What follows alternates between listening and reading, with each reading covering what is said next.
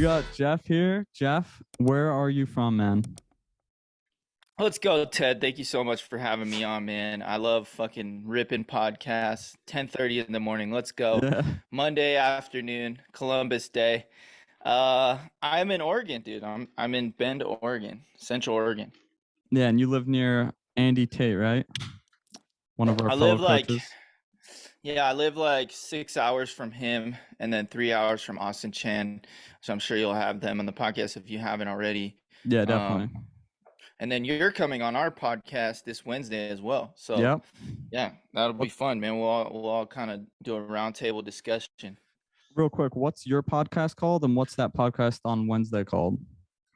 So my personal podcast is called Progress Not Perfection, and then the one on Wednesday is me, Andy Tate, and Austin Chan, and that one's called the Gentleman's Roundtable of Body Recomposition, which is a super long, drawn out name, which we kind of thought was funny, but it's funny because the artwork for it is like a muscly, like a gentleman with like a mustache, like a Oh, twisty yeah? mustache, like a Like the hipster. 20s? Yeah, and yeah, exactly. Andy did the cover art for it, so it was pretty sick. So we're like, yeah, let's name it that. Let's just go with that because we couldn't think of a better name. So yeah. So Jeff had me on his podcast about a year ago, and one of the things that was pretty funny from that podcast is the vegetables, bro. Like you had this theory that I was just not cooking the vegetables right. That's why I hate them so much. So one of these days we'll do a YouTube video where you teach me in person how to make vegetables. One of these days. Dude, I was shocked at how you were like, bro, the way you were eating vegetables, it just sounded like a chore. It Yeah. just sounded like, and honestly, bro, that's the way a lot of people treat vegetables. It's like Yeah.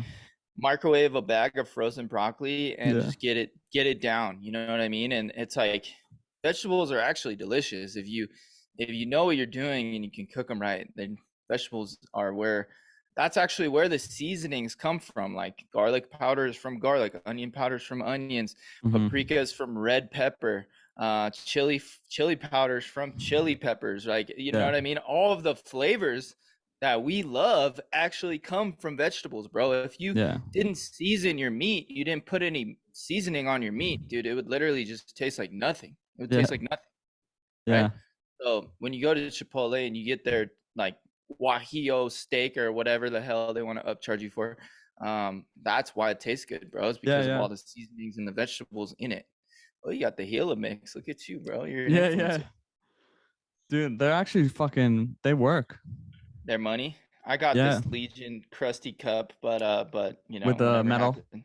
the OG ones. Yeah, yeah, dude, it's kind of rusty. I probably shouldn't be drinking out of it, to be honest. Yeah, if you've ever But had like you've definitely had one in the past where you let it sit in the car after a workout. oh, Yeah. dude, you don't want to do that. It's you don't. You also, dude, I've opened one of those up when I had like a female in the car, and she like I saw the look on her face when I looked over, and I was like, "That's nasty," and she's like, "Yes," and like rolled down the window, and I was Oh like, my God. Was that you like, did you know her before? Was that like your first interaction with her? Yeah, I kind of knew her. Like we had hung Okay. out several times, but like it was still like a female that I was like not like I didn't want her to think I was just some gross gym dude who just like carried shaker cups around in my car with like protein that had gone bad. Bro, I think Not the a good list look. yeah, I think the listeners need to hear about your setup. Like, so Jeff is standing right now. Can you tilt your camera and show what you're standing on or no? Yeah, I think so. If it hopefully my camera doesn't like unplug. Can you see the pad? Yeah, there we go. So he's standing on a So yeah. treadmill. Tell us about that. Yeah, so this is a walking pad. I actually just got it, so I don't want to act like I'm an expert or anything, but so Jordan Syatt, who like we all know and love. If you guys don't know him, go follow him. He's amazing. But he like was the one who was like, yeah, dude, I bought this walking pad and I walk on it while I'm on phone calls, while I'm on business calls, while I'm on podcasts. Like he just walks all day long. And for me personally, I always feel like crap when I'm like sitting for a long period of time when I'm doing client work or I'm on a podcast or like for me when I'm on calls with, potential clients and stuff like that. I find myself walking around my house anyways. And the problem with that is like I have a 10-month-old puppy and he's like, are we going on a walk? Are we going on a walk? And then he kind of like follows me around and like nips at my legs and stuff. So I was like, okay, maybe if I get this walking pad, he can go like chill in the corner and kind of realize that I'm walking and doing work, so he won't bother me. So that's kind of what's been happening. Like right now, he's just chilling in the corner, sleeping. And when I walk on this pad, he knows like it's time for me to do work and it's time for him to chill. So that's kind of why I got it. And then, yeah, also just wanted to like start getting a ton of steps in. Like I want to start hitting 20K steps per day and just getting super dialed in with my health. And now I'm getting into my mid 30s, man. I got to start looking into like seriously dialing in health and longevity. It's not about aesthetics for me as much anymore. It's more about like how can I feel, look, and move the best and have the most energy into my 30s, 40s, 50s, 60s, 70s, 80s, 100s, 120s, 130s. Bro, wait, are you cutting right now? No, no. I'm actually bulking. I've been maintaining for about a month, and I went through like a really really intense cut like the last 4 or 5 months. I did a summer shred for quite a while, and then kept it going because I was feeling good. Things were moving well, and yeah, I got down lean to where like I haven't been in quite a while, and I was feeling good. Energy levels were good, but my consistency was just starting to go to trash. So I was like, let me hang out at maintenance and do some building for a while. So I'm gonna probably spend like the next 6 to 9 months just Oh yeah. building, maintaining, maybe go on like a month or two mini cut in between for summertime. But I wanna I wanna spend the majority of the next year or two building because like I am getting into my mid 30s, 40s. Like I want to build as much muscle as I can going into stages of life where I know I'm gonna have less testosterone and you know, it's just life's gonna be probably more stressful. Who knows? I might have kids, Yeah, so might as well build it now. You know. definitely, man. How many steps are you getting per day right now? Well, since you got that thing, what is your like average if you track Dude, I, that? I lost my Garmin watch. I bought a Garmin watch and I lost it. And I was at this river and I put it down on a rock and I was swimming with my dog and like we were at these waterfalls and I was like so in the moment, and then I forgot my watch there and I like went back. I drove all the way back there and it was gone. And I was like, Oh, oh bro, man, that's brutal. I was like $300 watch Yeah, gone, but whatever, it happens. yeah. And so I haven't been tracking my steps as diligently. When I look at my phone, I don't always have it in my pocket, but when I look at my phone, it's on average like 8 to 10K per day. But you know, So I it's think it's probably a like lot more than 15, that. yeah, It's 16. probably a lot more than that because a lot of times I play pickleball, and when I play pickleball, I don't have my phone in my pocket, and I play for like 2 hours at a time, like 4 or 5 times a week. Damn. How'd you get into Yeah. pickleball? So pickleball, my mom actually got me into it. Where I live, it's really big. It's a big deal where I live, and so her and like all her friends would play, and I'd be like, okay, this sounds like a dumb game for like, you know, seniors and stuff. I was like, I'll go check it out, whatever, and I'll go hang out with my mom. So I'd go on Sundays and go hang out with her squad, and like go hang out with all the old ladies and older guys, and they'd like teach me the game. And I played tennis when I was like much younger.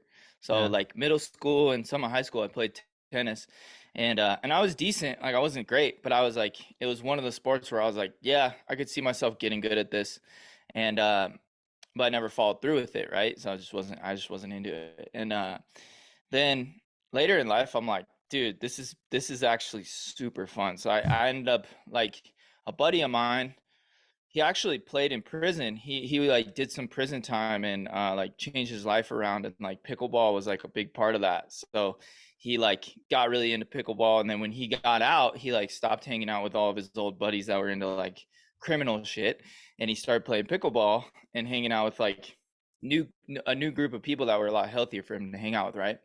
So he's the one who like reached out to me and he's like, "Hey dude, like you gotta get into pickleball." I'm like, I'm already playing, dude. I'm playing with my mom.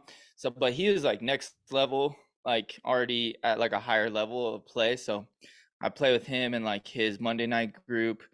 And then he like introduced me to a bunch of people in like the Wednesday night group that we play with. And now I'm like, now I know like probably 30, 40, 50 people that are like really, really good players in my area, and we all network and have Right. group chats to play and stuff. So it's fun, dude. It's like I got plugged into this whole new network of people. I have all new friends that play and stuff, and That's so awesome. it's super fun. It's a You good won a community too. competition like last year, right? Or second? You Yeah, can. yeah. Me and my buddy won gold in men's 3-5 last year here at a local tournament, and then since then I've gotten me and my mixed doubles partner, we got third, and then I've gotten like several second place medals. I haven't gotten any more golds. I've just gotten that one gold medal, but I've been in like 5 tournaments, and I've pretty much medaled almost every time. So I'm That's pretty awesome. pretty competitive. Yeah, I love it, bro. If I don't medal, I'm like seriously upset. That's how I am. Dude, that's fucking awesome. Do you guys have like Yeah, I customized love it. uniforms? No, nothing like that, bro. Oh, No, I'm okay. not at that level yet. Maybe one day I'll get like a sponsorship from a paddle company. That's kind of pretty common, is like you get a sponsorship from a paddle company, they reach out. I'll have to start making content around pickleball, which I Yeah. might do that. But honestly, I just don't want like my fitness stuff to be like only pickleball Yeah. specific, but I might make a separate channel for pickleball stuff because I really love it, and I feel like a Yeah. lot of people need to learn how to strength train and not get hurt while they're playing pickleball too. So there's a lot of carryover. Yeah, that's good. One thing you mentioned, bro, is the your prison friend. He started hanging out with different people. I wanted to talk to you about, like, do you ever have clients, man, that like they'll tell you every week, like their friends are asking them to come out drinking, their friends are coming asking them to do this. What do you do to those clients, or what do you tell to those clients to help them through that, all the temptation of their friends not giving a fuck about their health, but they're starting to give a fuck about their health? How could you help them? Yeah. So usually, man, when somebody is like really struggling with their group of friends, it's like if you hang 5 broke friends, you're gonna be the sixth or whatever. That's like the common thing people say is like if you hang out in a barbershop long enough, you're gonna get a haircut. Like, Yeah. so if you're trying to change your life, if you're trying to change your habits, you're gonna have to change some of those friends, to be honest, because the trajectory that they're on is different than the trajectory that you're on. Now, I'm not saying you have to cut people out of your life completely, but maybe minimizing the amount of time that you spend with people who aren't aligned with your goals is kind of what I'd recommend. But if people aren't ready to make that big of a switch, one thing that they can do is just like have friends that they know will hold them accountable, and have friends that are like, they, even if their goals are not the same, they still respect their goals. And I feel like that's Exactly. important in any friendship, is like, if I have a friend and I'm like, hey, bro, I've been trying not to drink lately, or I'm trying to eat healthy, and then the next day that dude invites me out to the bars and like orders a bunch of wings for the table, and it's like that dude's not even listening to what I had to say, Yeah. So like, why would I associate with someone who's just that far off from me on that path? Yeah. And then also another thing too is like, when I quit drinking, I was 22 years old when I quit drinking. So like one thing I had to do was like, I had to just cut people out. I had to just cut people out of my life that were like, that was our relationship, was like, we'd go out Friday, Saturday, Sunday nights, and we'd go drinking, and like that was our relationship. And it was like, as soon as I stopped drinking, I realized how little I had in common with people. Yeah. It was like, I don't have a lot in common with these people. Like, we have a good time, we get drunk and we party and shit, but like other than that, it was like I didn't have a real relationship with these people. I didn't talk about like my vulnerabilities, my insecurities, and like what was really going on in my life. It was just people that I used to distract myself from like my goals and responsibilities in life. Like, my at the end of the work week, I'd be like, I just want to decompress. Okay, call my buddies, let's go out. Da da da da da. It was like a distraction. And I think everybody needs a little bit of that in some form or fashion. And but I think to have friends where you just have nothing in common other than just drinking or partying is just, it's just a waste. It's just a waste of time. Eventually you're going to grow apart from those friends. Right. And you have that sick tattoo that marks your sobriety, right? The Pac-Man. Yeah, that one, I've had that one since 2011. So that was my first year that I got sober, got clean. Um yeah, long story short, it was I got in a lot of trouble. I almost died. Like, you know, a bunch of crazy shit happened. Had a bunch of drug addiction stuff and problems like that. And got sober when I was 22. Went to jail. Got sober when I was 22, and never looked back, man. Never wanted to go back to that lifestyle. And so, you know, I feel like I attract people who are similar, like people who have gone through a lot of adversity, who like want to completely change their life, not just like only change like one or two things, but just completely revamp their entire lives. Is like that's the kind of people I attract. So the like complete transformation, not just like, oh, I just want to change this one little thing. It's like, no, I want to change everything. I want to change everything. Yeah, that's And beautiful, man. that's kind of that's what you have to do, man. If your life is just absolute shit and you just been in the gutter, it's like you have to change everything, and that can be overwhelming for some people, but you just change one thing at a time. And then over time, you change your friends, you change the places you go to, you change your hobbies, you change your lifestyle, the way that you eat, the way that you talk, the way that you think. It's like it's all connected, but it takes a long time to revamp all of those things that we've been instilled with for a long time. I got a question kind of about alcohol. So when, let's say you meet someone new at a pickleball tournament or something, like whatever, bro, but like they offer you alcohol, do you tell them I don't want it or you can't have it?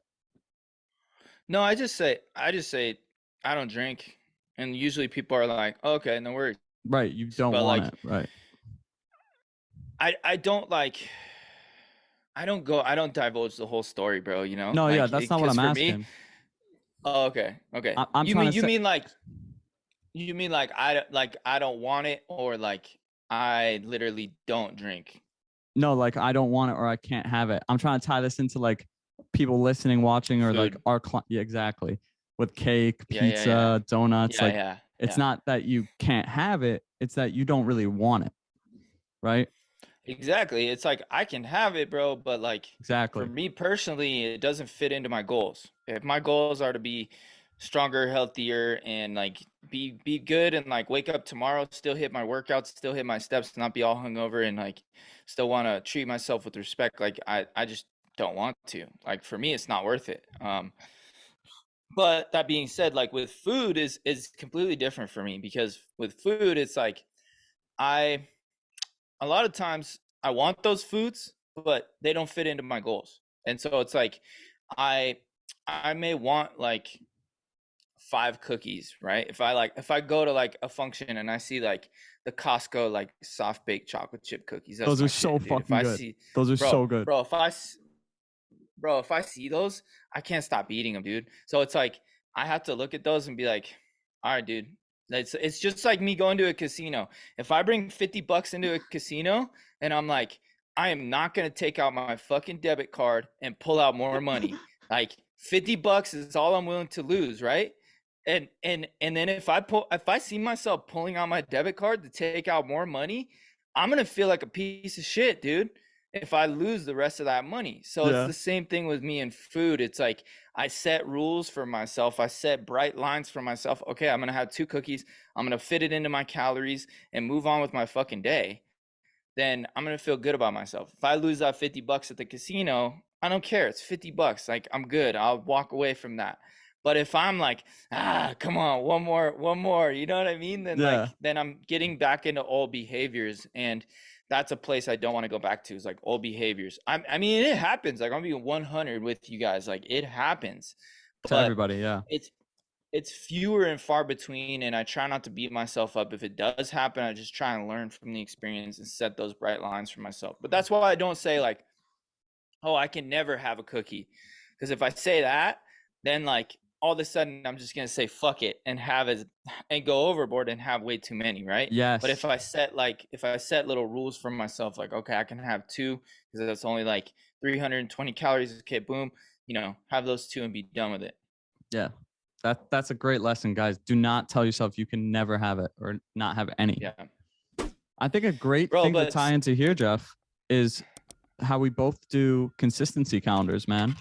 We both love that. yeah, We probably both preach it to our clients. So do you want to rant a little bit about that? How to set it up, what that's all about, how that yeah, helps? yeah. I got mine right behind me. I don't know if you can see Yeah, it, same. but yeah, I got mine right behind me. But so I actually use consistency calendars not only when I'm in a deficit, but I use them when I'm in a surplus as well. So which is something that not a lot of people talk about, but basically I use it with any habit that I'm trying to work on. So if I'm in a fat loss phase and I hit my calories, my protein, my steps, my workouts, all that, I'm gonna mark.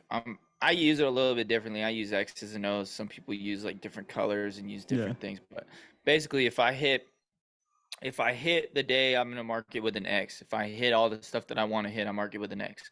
If I hit, if I don't hit one of those things, I leave a big O on the calendar. If I have more than like 5 or 6 O's on the calendar, I know that like I'm done for the month, and I can't be more inconsistent than that, because that's gonna be more than 80%, Mm-hmm. or that's gonna be less than 80% consistent. Which to me, that's you're not gonna see great results with anything you're trying to do if you're less than 80% consistent. So Absolutely. arguably we want to be even more consistent than that, right? But the beauty of the consistency calendar is it helps you look and plan ahead, and it also helps you look at things as more dynamic. Like, you don't have to be perfect.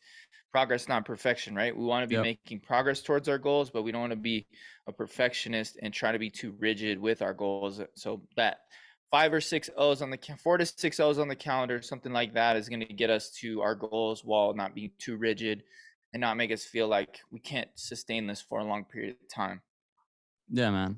It's absolutely. Don't you? I love the consistency calendar. It's amazing. Yeah. Helps so Yeah, I much. mean, honestly, it's been helping with my bulk, because like I noticed, okay, I'm getting a little too sloppy with my tracking, like, just because I'm in a surplus.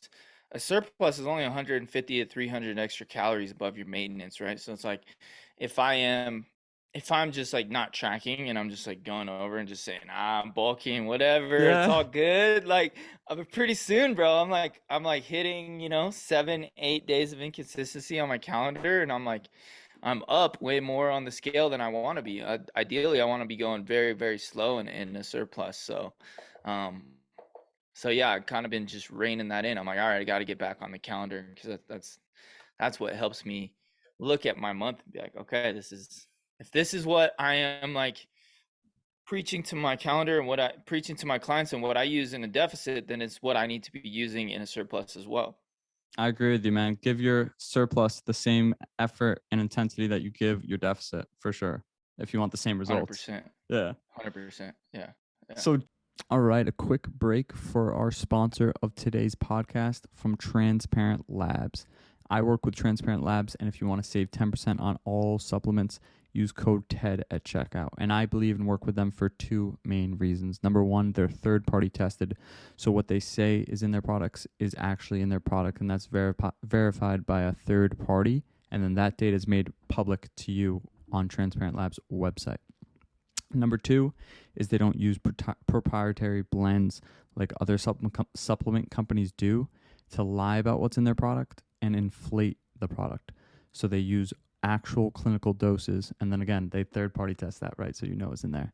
And I don't care about this, but they don't use artificial sweeteners, dyes, or preservatives. Let's get back to the show. Jeff, what's your Instagram? Jeff Pachtman Fitness. Pachtman Fitness. JEFF Pachtman Fitness. He just made an amazing post on seed oils, and I absolutely loved it. So much detail. He did a voiceover with all these stock images. What he was talking about is beautiful.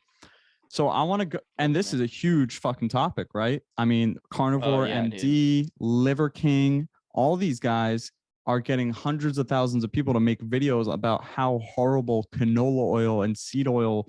Never cook with it because you're gonna fucking die, or you're gonna get fat, or your cholesterol is gonna go through the roof. Why don't you debunk that for us right now? Yeah. So here's the thing: is like there has been no real studies on humans that show that seed oils are dangerous that they cause all this inflammation that people are claiming. Basically, all of these studies have been done on rodents. They've been done on rodents. They've been done in petri dishes, and they show like, yes, like there are some issues with polyunsaturated fat, or PUFAs. So basically, seed oils is just another name for that. And so when we look at the studies, there's a lot of research that shows that maybe these oils aren't great for us, right? But here's the problem with it. None of them are randomized controlled trials, which are the highest form of evidence-based like data that we're looking for. Like when it Gold comes to standard, research, yeah. when it it comes to research, randomized controlled trials are at the very top. And even better than that is a meta-analysis of randomized controlled trials. So if what a meta-analysis is basically looking at a large number of randomized controlled trials and making an assessment from those. So when we look at randomized controlled trials, like one of the ones that I sent to somebody who wanted me to look at it was like, it looked at a randomized controlled trial of, I think, like over 3,000 participants who like basically consumed seed oils in quite large quantities for a consistent basis for a long period of time, and basically they showed no markers of inflammation. And when these participants had more omega-3 fatty acids, when they supplemented with fish oil, they saw actually reduction in inflammation. So the issue, and this is my opinion, that why we have such a problem with obesity, heart disease, pulmonary artery disease, like all of these different diseases in our countries in the US, it's not from seed oils. It's not from any one particular oil, right? It's not from any one particular food. It's from the hyper palatable, highly processed foods that we have in abundance in this country. And we're also moving less than we ever have.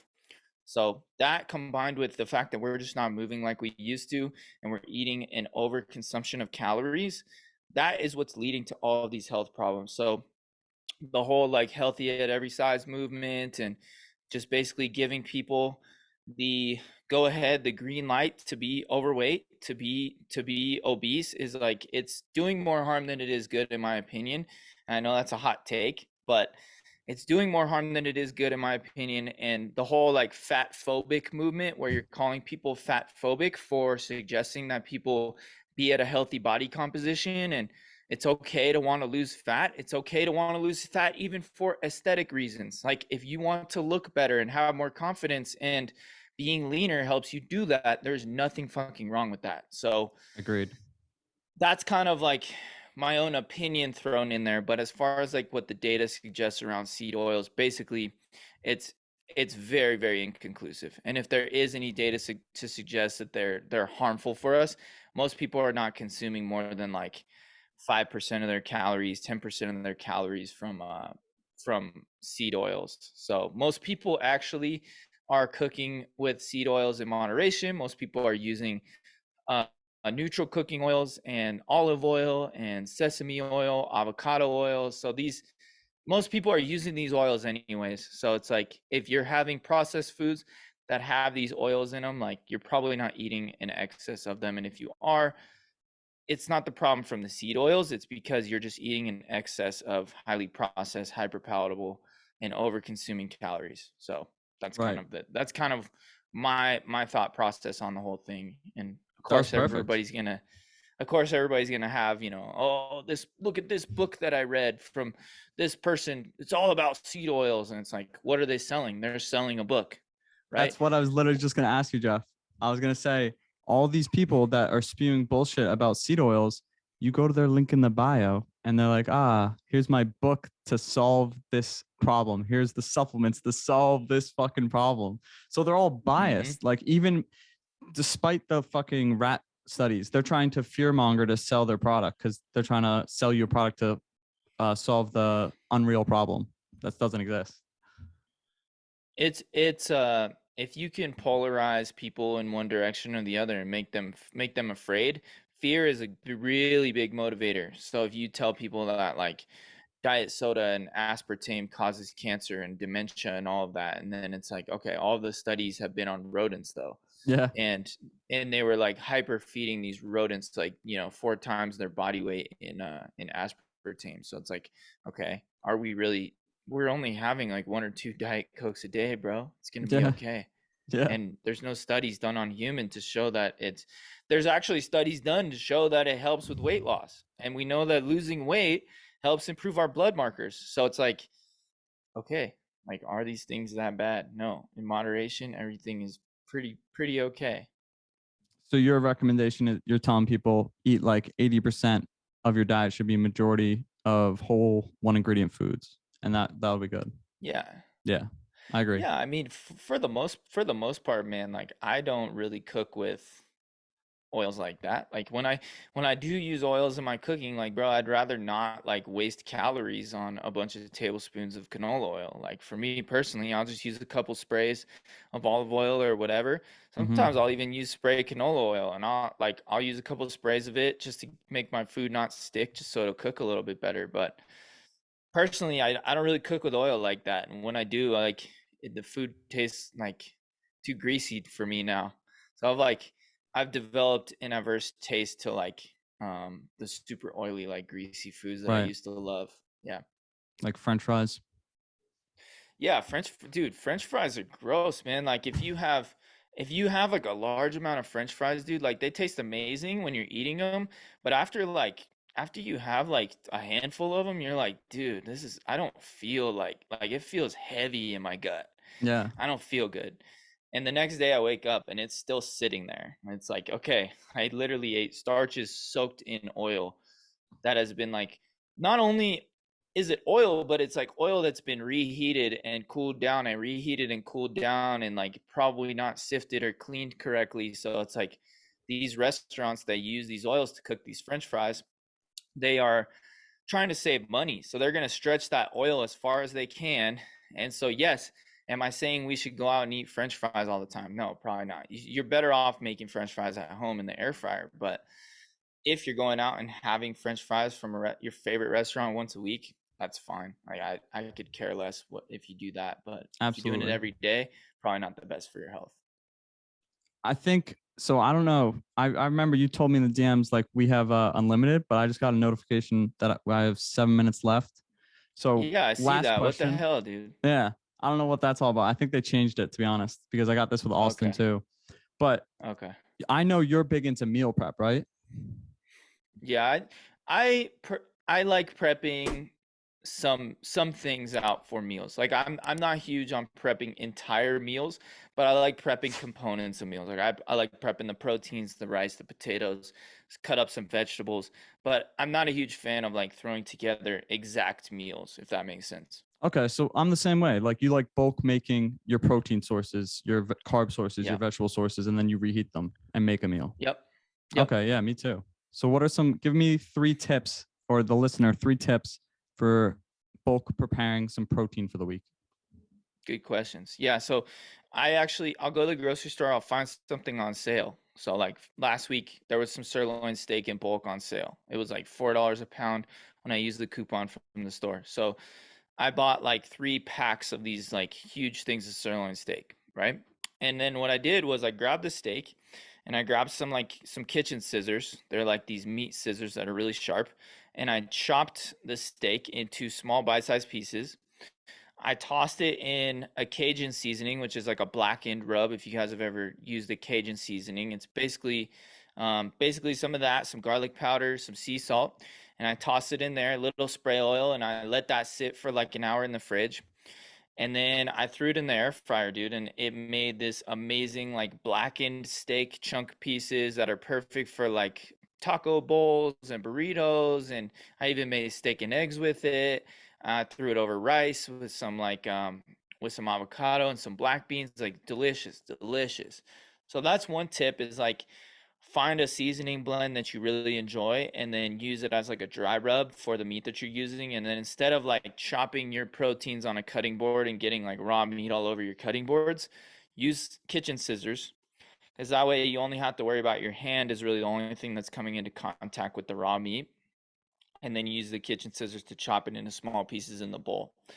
It also creates like a lot of extra texture to the meat, and you'll get good browning on the meat because you're basically creating like smaller surface area for the meat to char on each corner. So it's actually really good. I do the same thing with chicken thighs. Like I'll buy chicken thighs from Costco, and I'll buy the frozen ones. I'll buy the big bag of frozen chicken thighs from Costco, and I'll thaw it out, and I'll basically do the exact same thing. I'll chop it with scissors. Takes me about 15 minutes to do like a 4 pound bag. And then I toss a bunch of seasonings in there. I like the Cajun seasoning right now. I might use a different one later, maybe a taco seasoning. I use the Kinder's barbecue rub seasoning one time. And then I'll toss it in the air fryer or the oven. And that's basically how I've been prepping all my proteins. And if you guys try it, you will fucking love it. Like you will be like, I'm never going back to just cooking my proteins on the stove top again. I'm using my air fryer to prep my proteins from now on. And it gets, you do 400 degrees for like 20 minutes, and every like 5 minutes you shake your basket to make sure every piece gets like nice and browned. So it'll take about an hour to do like all of your proteins for the week. And you may even have more proteins than you want, but you can freeze some of the proteins that you know you're not going to need, put them in like Amazon Tupperware container, and then put them in your freezer. And then that way you just pull out a Tupperware full of protein and it's in your freezer. You can even do this like 10 pounds of protein at a time, and you've got like protein every single week you can just pull out, and it's good to go. And honestly, it's good frozen, it's good thawed, it's good fresh, it's just good. Do you think if someone is consistently under hitting or under eating on protein every single day, every single week, this is something they should do? Yeah, absolutely. I think having it prepared in the fridge is going to be the key. You don't have to think about it. That's what takes the longest, right?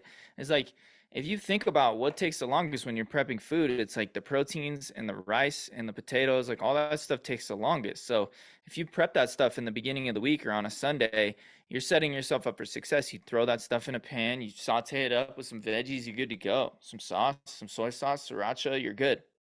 You guys should be writing this down. Jeff used to be a chef, so this is good shit. This is good information Yeah. here. Yeah, I just made paella last night, man. It was so good. I saw that, man. That was a funny video. That was awesome. Dude, it was delicious. Your grandpa or your uncle? That was my dad, actually. Oh, your dad. Yeah. He sounded like a funny guy. Loved it. Oh yeah, he's an old New York Jew. He's funny as hell. Oh, he's from New York? Yeah, he's from Brooklyn, actually. My mom's from Long Island, dad's from Brooklyn. Oh, your mom's from Long Island. What part? Do you know? Merrick? Oh, okay. Wow. South Shore. Yeah. Yep, I got family over there still.